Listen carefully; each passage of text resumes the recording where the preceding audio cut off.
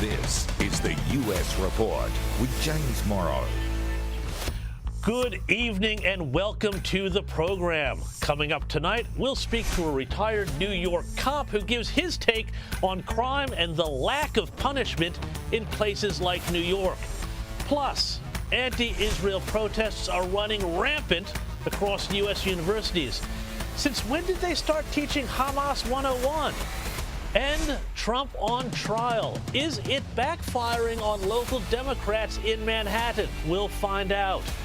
But first, wow. Well, Joe Biden has certainly had a shocker this week. The mask has dropped on just how far gone he seems to be. And in the process, it's revealed how much the president is now little more than an empty suit who reads the lines. Not that he's even totally capable of that. Indeed, like the fictional San Diego anchorman Ron Burgundy, well, he'll read whatever is put in front of him. Pause. Ron Burgundy will read anything that is put on that teleprompter. And when I say anything, I mean nah. Imagine what we can do next.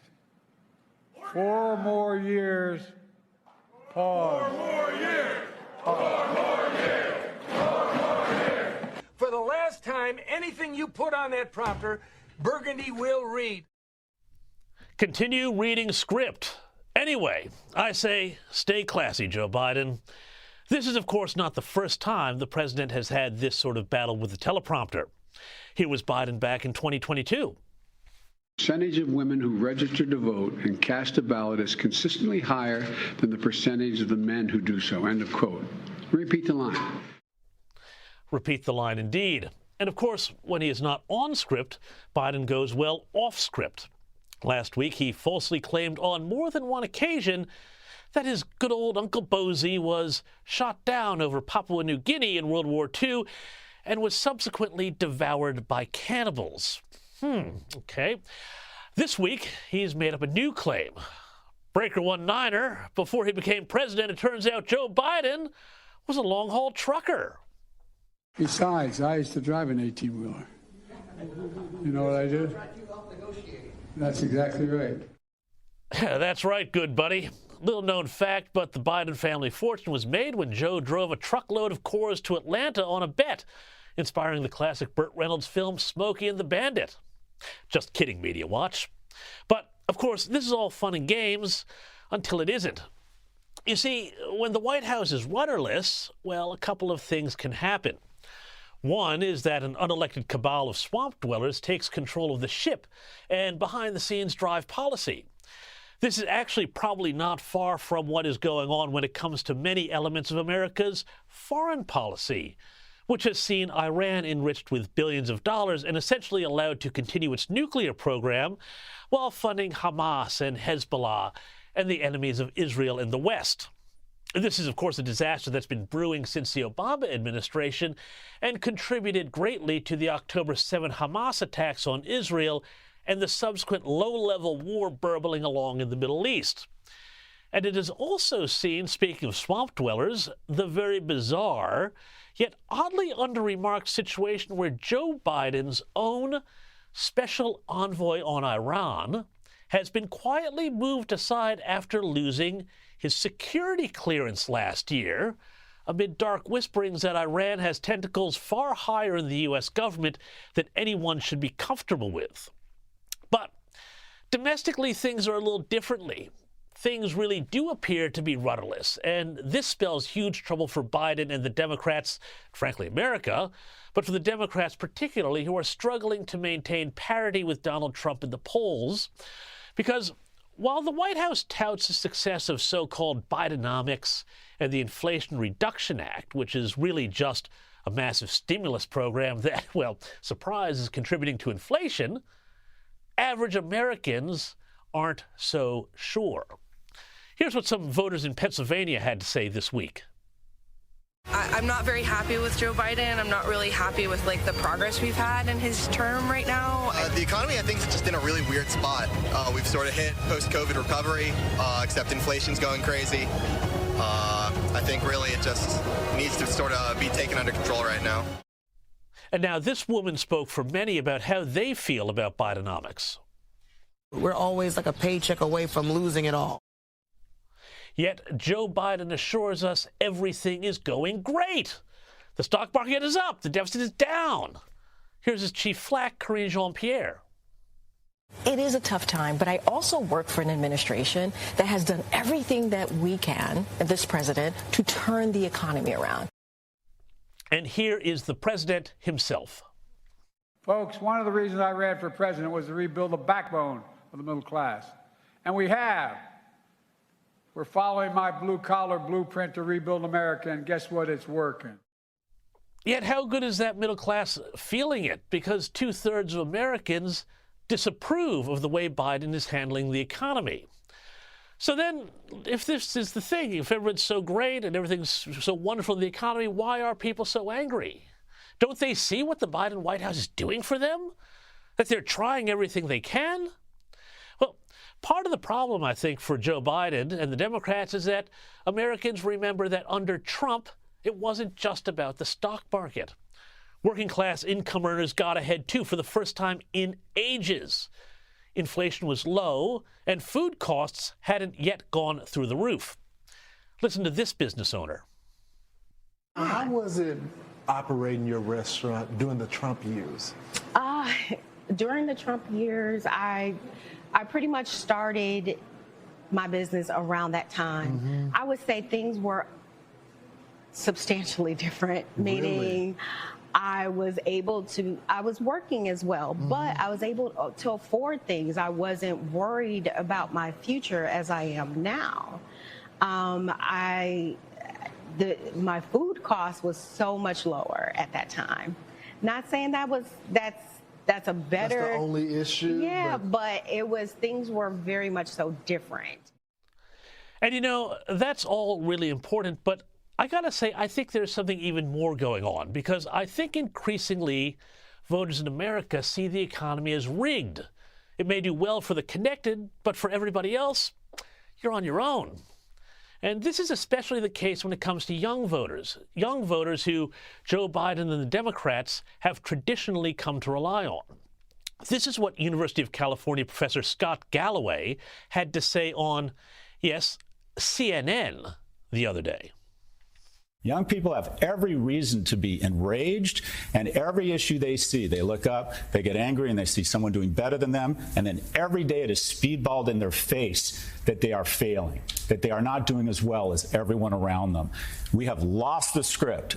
Our kids are more anxious and more depressed and more obese and more addicted, and we have made a purposeful decision to let this happen. For decades, Democrats have thought they had a lock on the youth vote, and they've taken it for granted. But I think now, between the economy and the Middle East, where large segments of young people are so radicalized they're practically Hamas, I don't think that's going to happen anymore. All of this is probably good news for Trump, then, if he can capitalize on it, offer a better vision, and most importantly, stay out of his own way.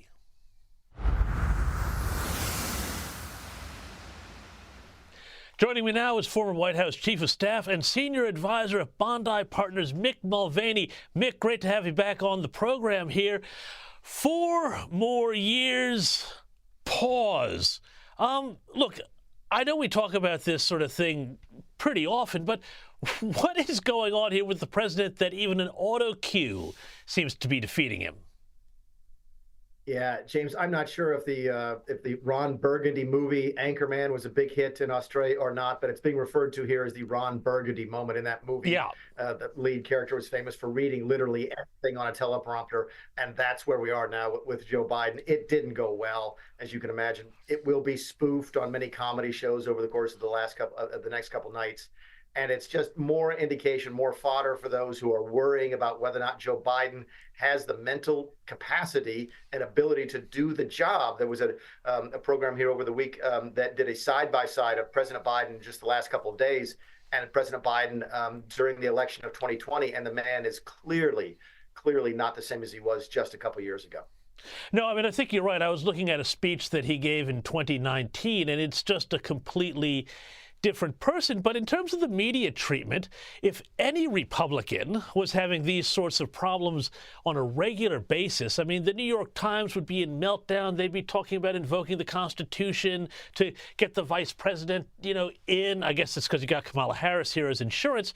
But, I mean, the media at some point is going to have to start talking about these sorts of things. Or is this protection racket by CNN, the Washington Post, the New York Times so strong that they just ignore it? Your example is not wrong, and it's not hyperbolic. I remember when I was in the White House with President Trump, he gave a speech one day and slipped for just a second going down a wet ramp.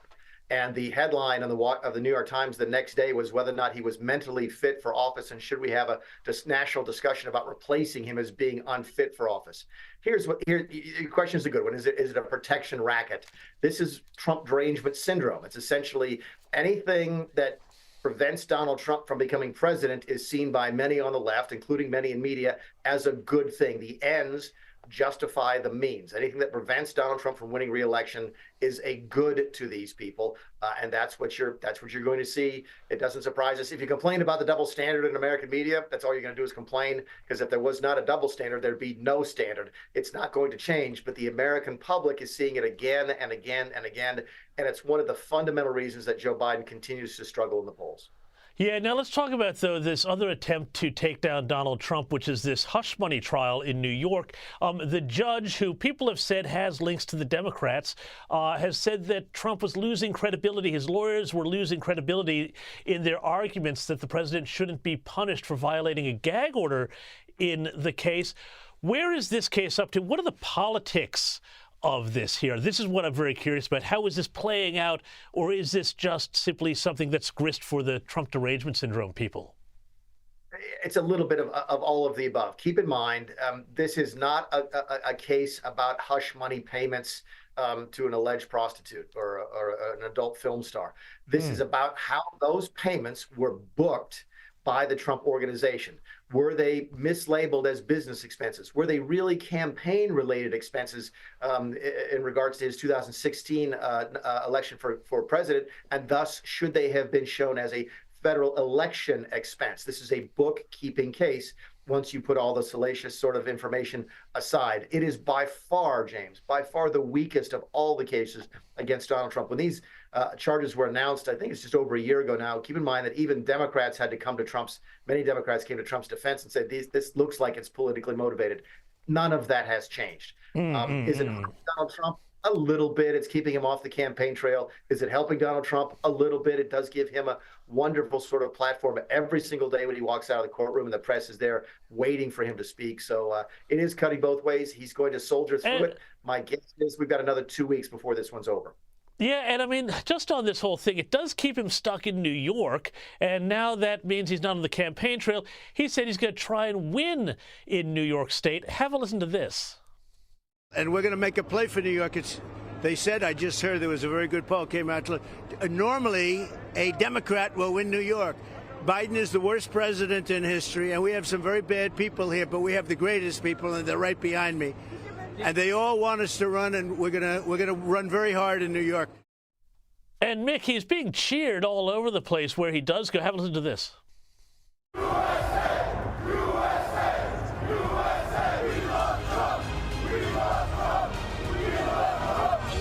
Talking about how unusual it is to see so many Trump supporters in Manhattan at 4, 5, 6 in the morning. Does that surprise you? No, absolutely not.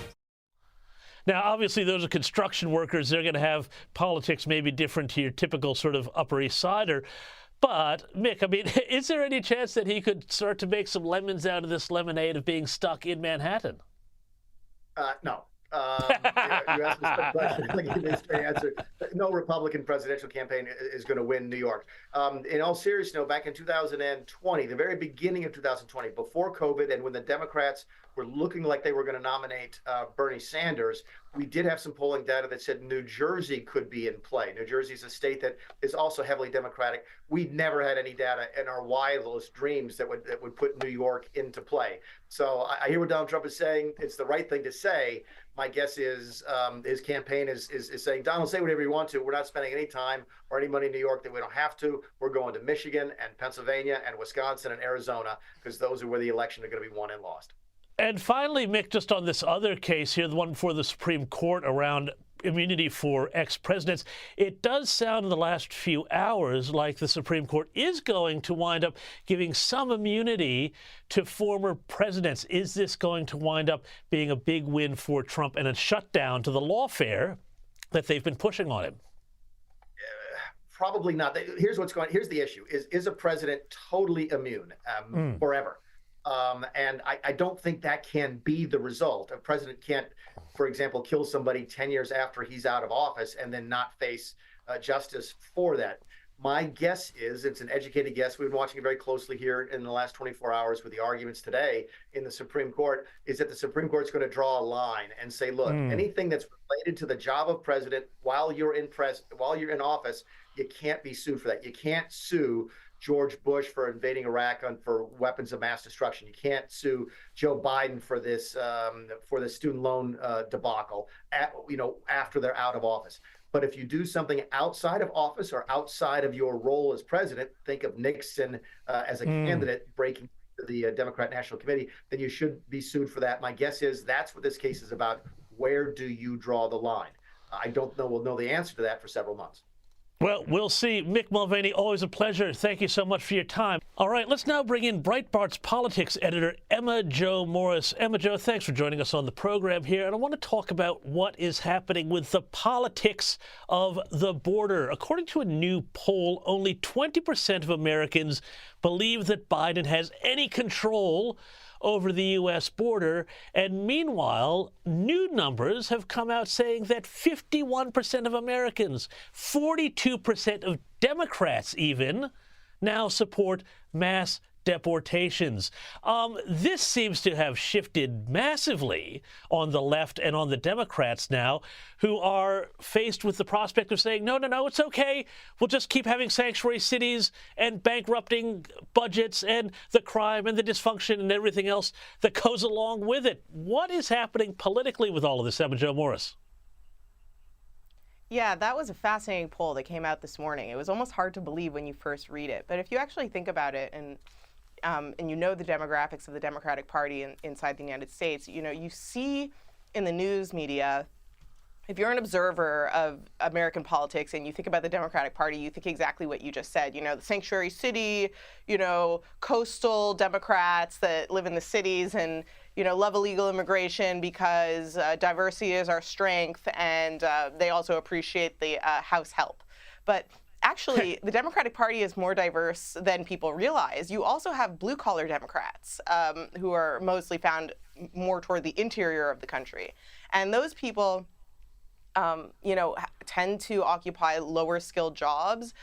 They sometimes, don't have a university degree. And that is a significant cohort of Democrats. You have them in Michigan, Ohio, Kentucky, around the Rust Belt in the South, where these people are really understanding what illegal immigration means because their wages are being chopped in half because they have people who are basically just coming in willing to do the same jobs for less money, willing to do the same jobs for cash. So those people are Democrats too, and I would imagine that those are more of the people who are realizing that actually maybe mass deportations aren't such a bad idea. They're still Democrats, but they're not the Democrats at Columbia University lawn. Yeah. Well, we'll talk about those guys in a second. But, just on that question with the cities, your outlet, Breitbart, puts out all sorts of stories, covers very well a lot of the mayhem that goes along with this illegal migration crisis, from petty crimes to much more hideous stuff. And that predominantly hits in a lot of these cities that once were Democrat strongholds. Now, I've heard people say these places are never, ever going to go and wind up voting for a Republican. But is there a chance that some of these cities may start to lose their Democrat tinge in the face of what's being done to them by the White House? Let's think. Listen, I don't like to put money down, but I would also say never, because what you're seeing in these cities too, go to the Upper West Side, let's say, where all the I'm with her voters are, and you'll see that public schools are being shut down to house migrants. You'll see that pharmacies are closing because, like you said, petty theft. Of people who are just basically coming here with nothing in their pocket and desperate. You're seeing hotels in Midtown that are overrun, that have basically turned into homeless shelters for illegal migrants. This is getting out of control in these blue cities, and I think that there are a lot of people who like to be, polite at dinner parties and not mention this in public, but maybe when they're one-on-one in the voting booth, they're going to start thinking about what their cities and what their areas look like and what kind of place they want to raise their kids in. I mean, these people are engaging in society just like the rest of us, and it's impossible to miss. It is impossible to miss, especially, I live in New York, especially in a place like New York. You cannot walk 5 steps without seeing the ramifications of this.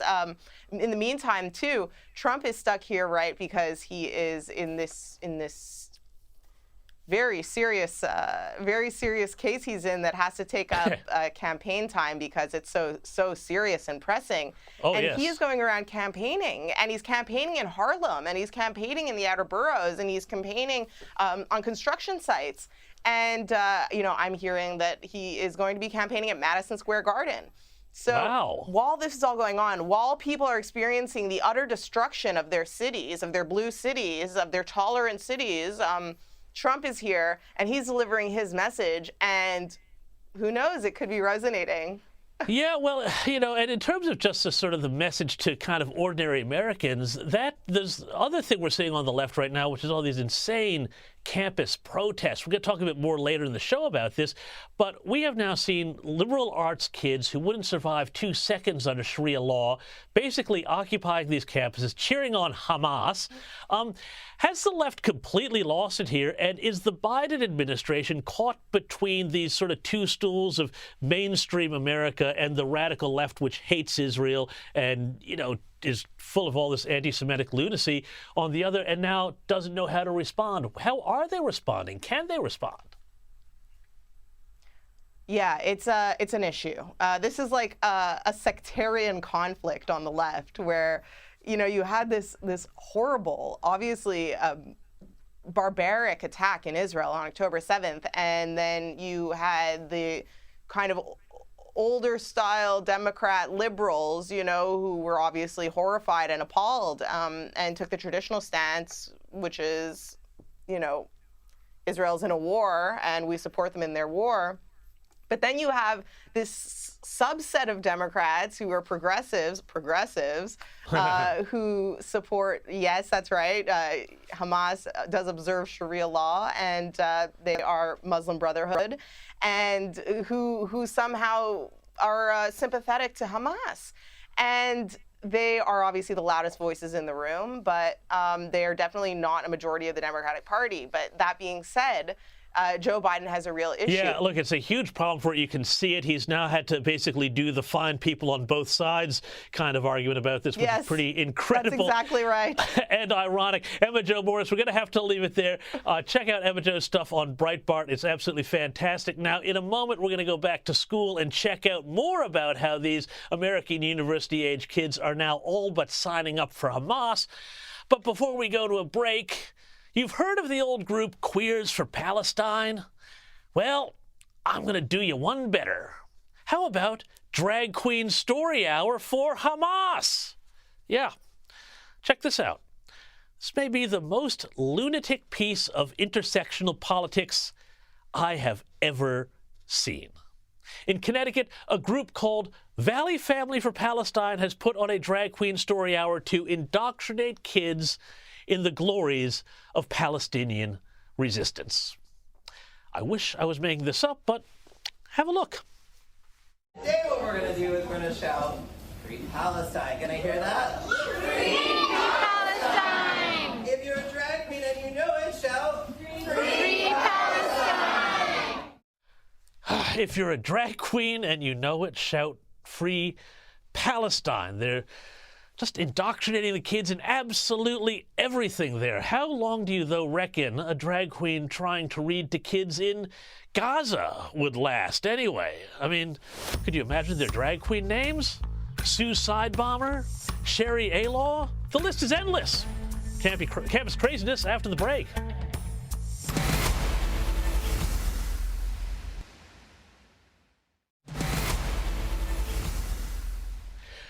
Welcome back to the program. You're watching the U.S. Report. Now, I want to share with you some really disturbing stuff that has been happening on America's university campuses that goes well beyond the normal lefty lunacy we talk about here from time to time. Across the U.S., at some of the most prestigious schools in the world, I mean, I'm talking about places like Yale and Columbia, students have gone out and taken sides, publicly and at times violently, not just with the Palestinian cause, but with Hamas, Iran, the Al-Qassam brigades, and in the process have been engaging in behaviors that wouldn't be out of place were you to see them in 1938 Berlin. Have a look at this. Here's students at Yale University, preventing a Jewish student from entering a campus building. This from the same school where in 2015, students lost their minds because of supposedly insensitive Halloween costumes. Well, and now they're playing at Nazi dress-ups. How inclusive! Anyway, it's the same thing at Columbia, where this student was calling on the West Bank terror group, the Al-Qassam brigades, to target counter-protesters holding Israeli flags. Well, in recent hours, cops have moved in on many of the protests, but not before tons of damage has been done. And let's make no mistake, what is happening here on these campuses is more than just protest. This is weird, deep, and virulent hatred, not just for Jews, but for the very civilization, ironically, that gave birth to the modern university.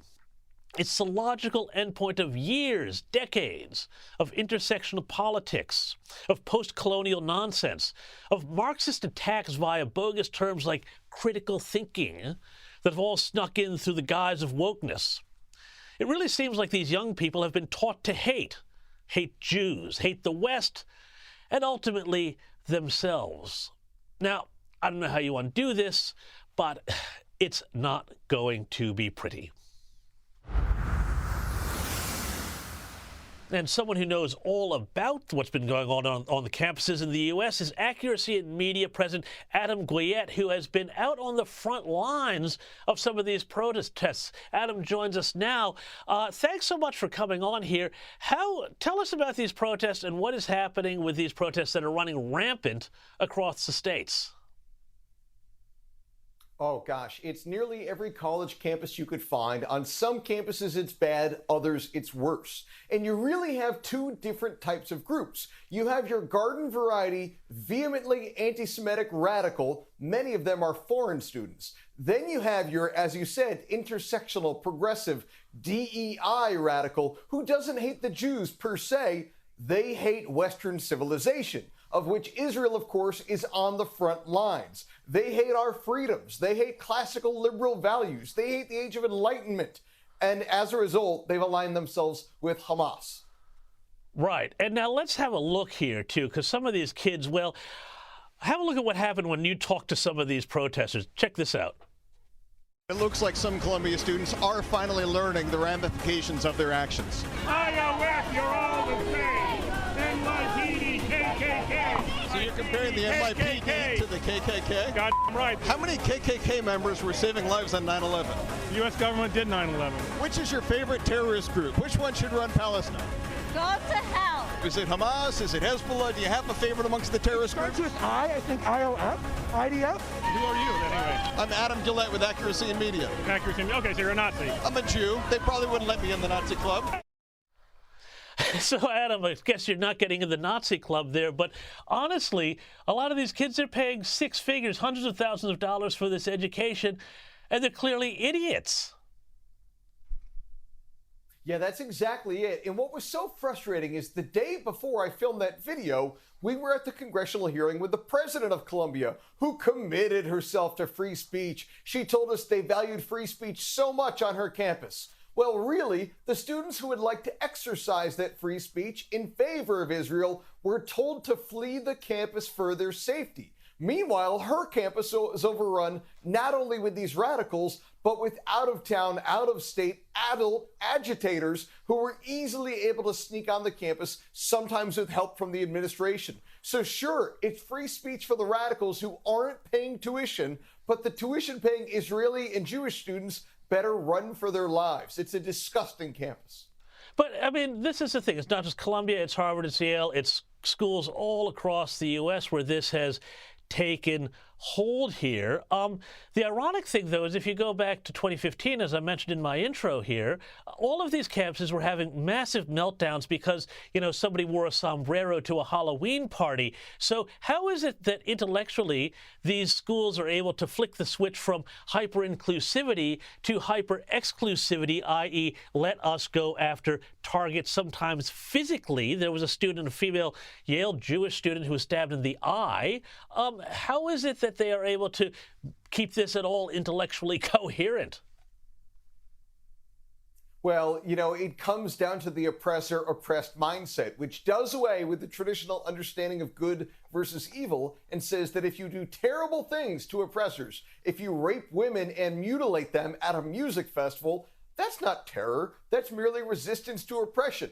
My question is, to your point about the Halloween costumes, aren't they all culturally appropriating the Hamas gang by wearing the exact same garb as them? I've tried to ask them that question, but usually when I talk to them, they just respond with expletives. So I haven't gotten a good answer on that one yet. Yeah, and I mean, Adam, just to make this sort of a bigger, higher level question, too, I wonder, I've been thinking a lot about this.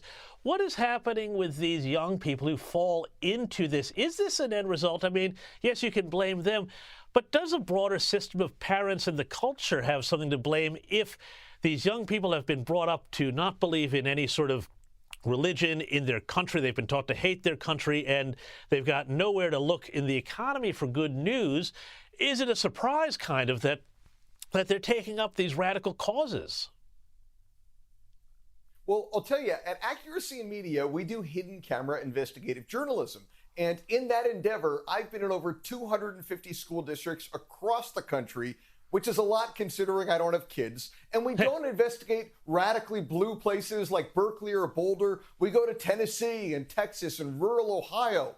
And what we find consistently is that oftentimes, in defiance of state law, these administrators are pushing intersectionality. They're pushing social justice, not in history class in high school, but in kindergarten, in math class. They're oftentimes doing it in defiance of state law, and they're openly bragging to me about how they deceive the parents. So yeah, you spend 13 years hearing that garbage, and you show up in Columbia, you're more radical than the professors.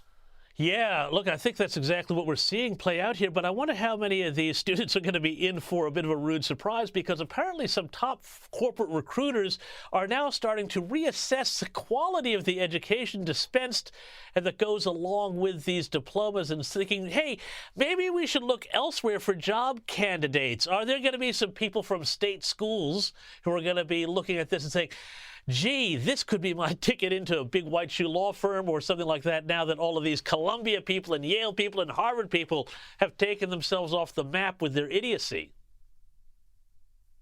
Well, we've got plenty of anti-Semites at state schools as well, but I'm working to make life easier for the recruiters. You see, we buy the domain names of these campus radicals like Amari Butler and set up profile pages for them like amaributler.com where people can see what they've done. I also work with search engine optimization experts, so if you Google them, our pages come up first. Then we send mobile billboards to their home and later to their places of employment so that their colleagues, their people in their neighborhood, their fellow students can learn what kind of radical anti-Semite they are. I think there's no statute of limitations for anti-Semitism.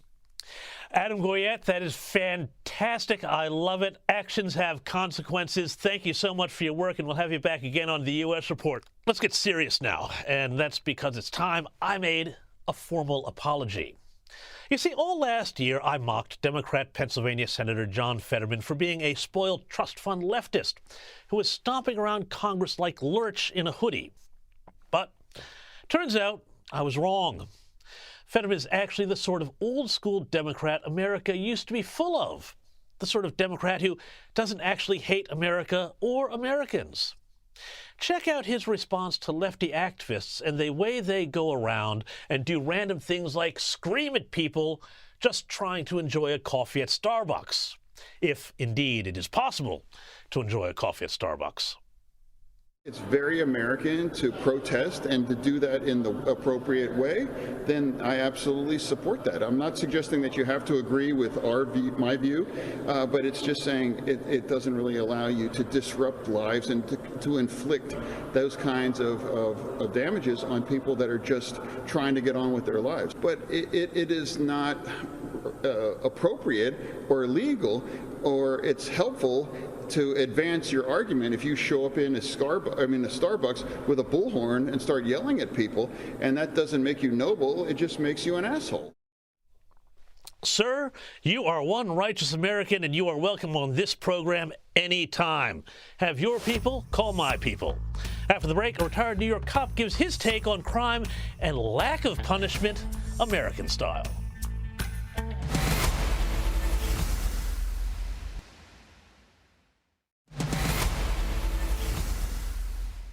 Welcome back to the program. I want to bring in a really special guest here to talk through one of the biggest political issues in the U.S. right now. I'm talking about crime and how it got to be so out of control in Democrat-run cities like New York.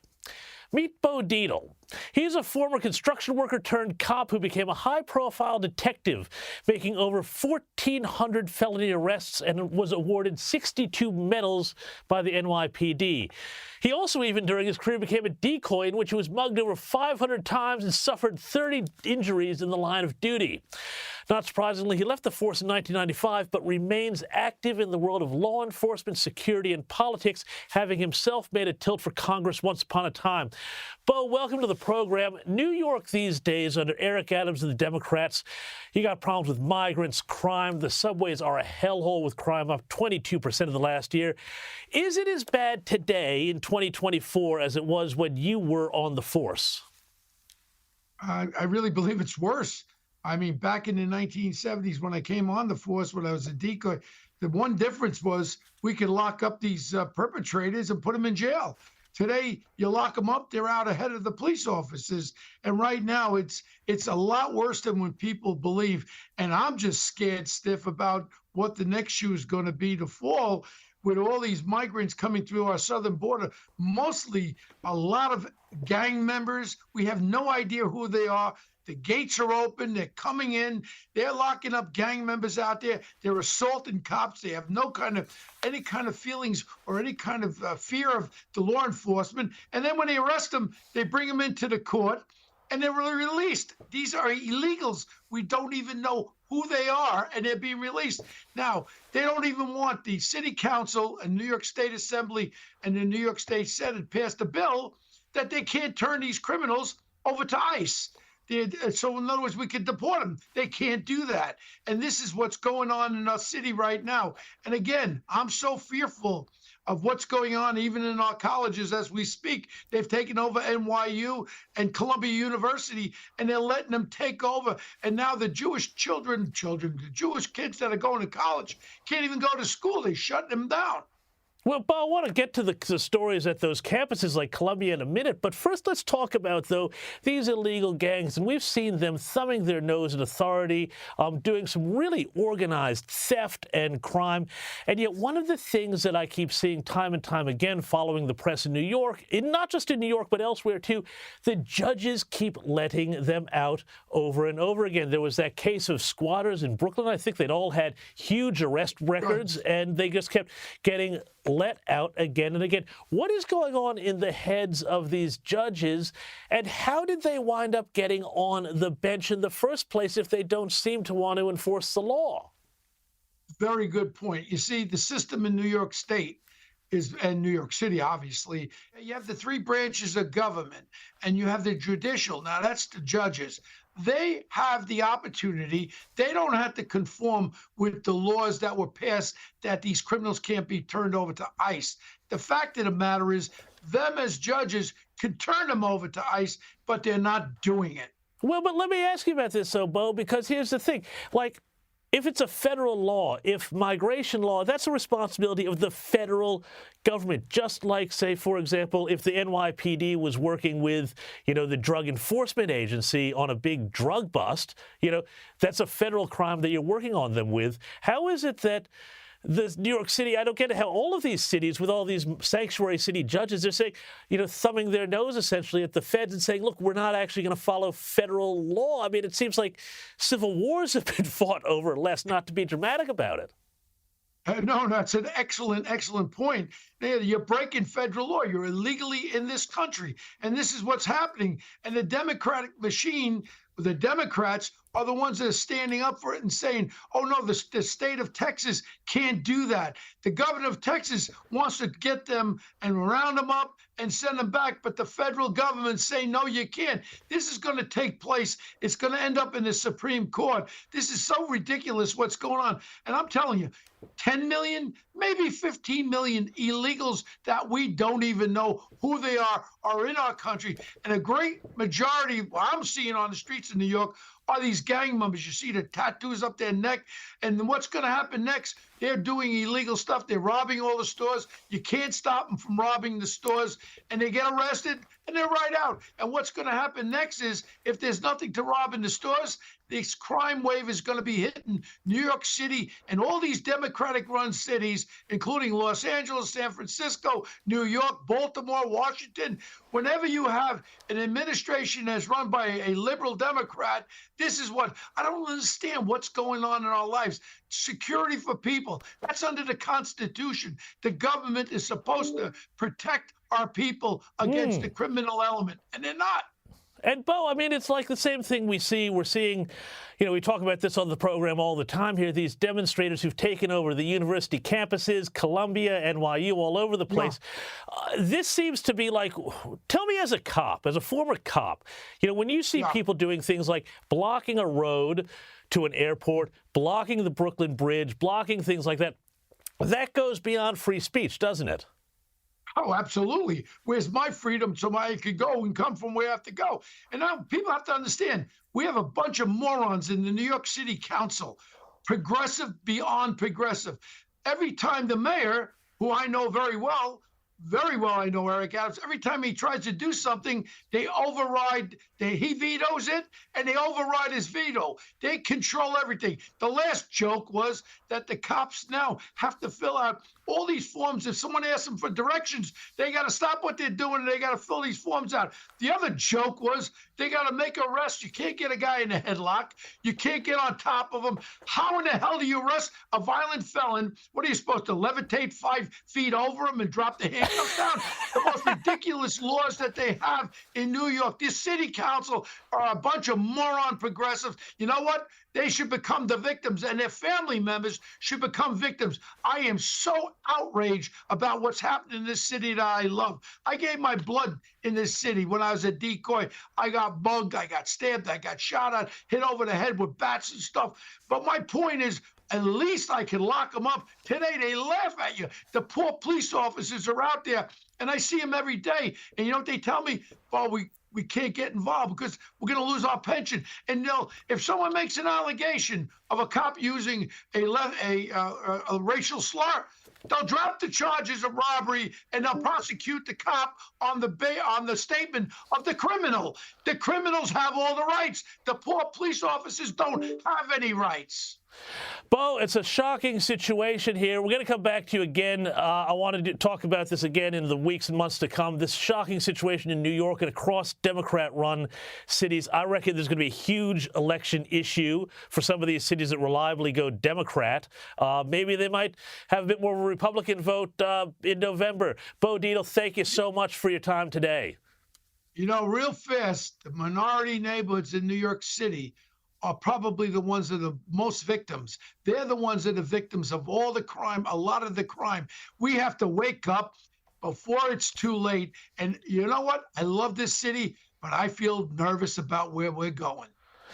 Me too, Bo Dietl. Me too. Thank you so much for your time. Now, Only in America is coming up, but first I want to issue another apology. Yeah, I know, it's sorry day here. This time to AOC. Alexandria Ocasio-Cortez, the New York Congresswoman and squad leader. I've said some very unkind things about her in the past, but I've just discovered that actually in her spare time, she's a great person. Why, just have a look at her here. She's doing some volunteer work, helping an elderly confused gentleman at a retirement home in Washington, D.C. I wonder where that was. I wonder if it was maybe this place. At White House Senior Living, our residents feel right at home. Our vibrant facility offers delightful activities and outings, round-the-clock professional care, and exquisite house-made meals. I'm sorry, AOC. I didn't know how much you cared. Only in America is next.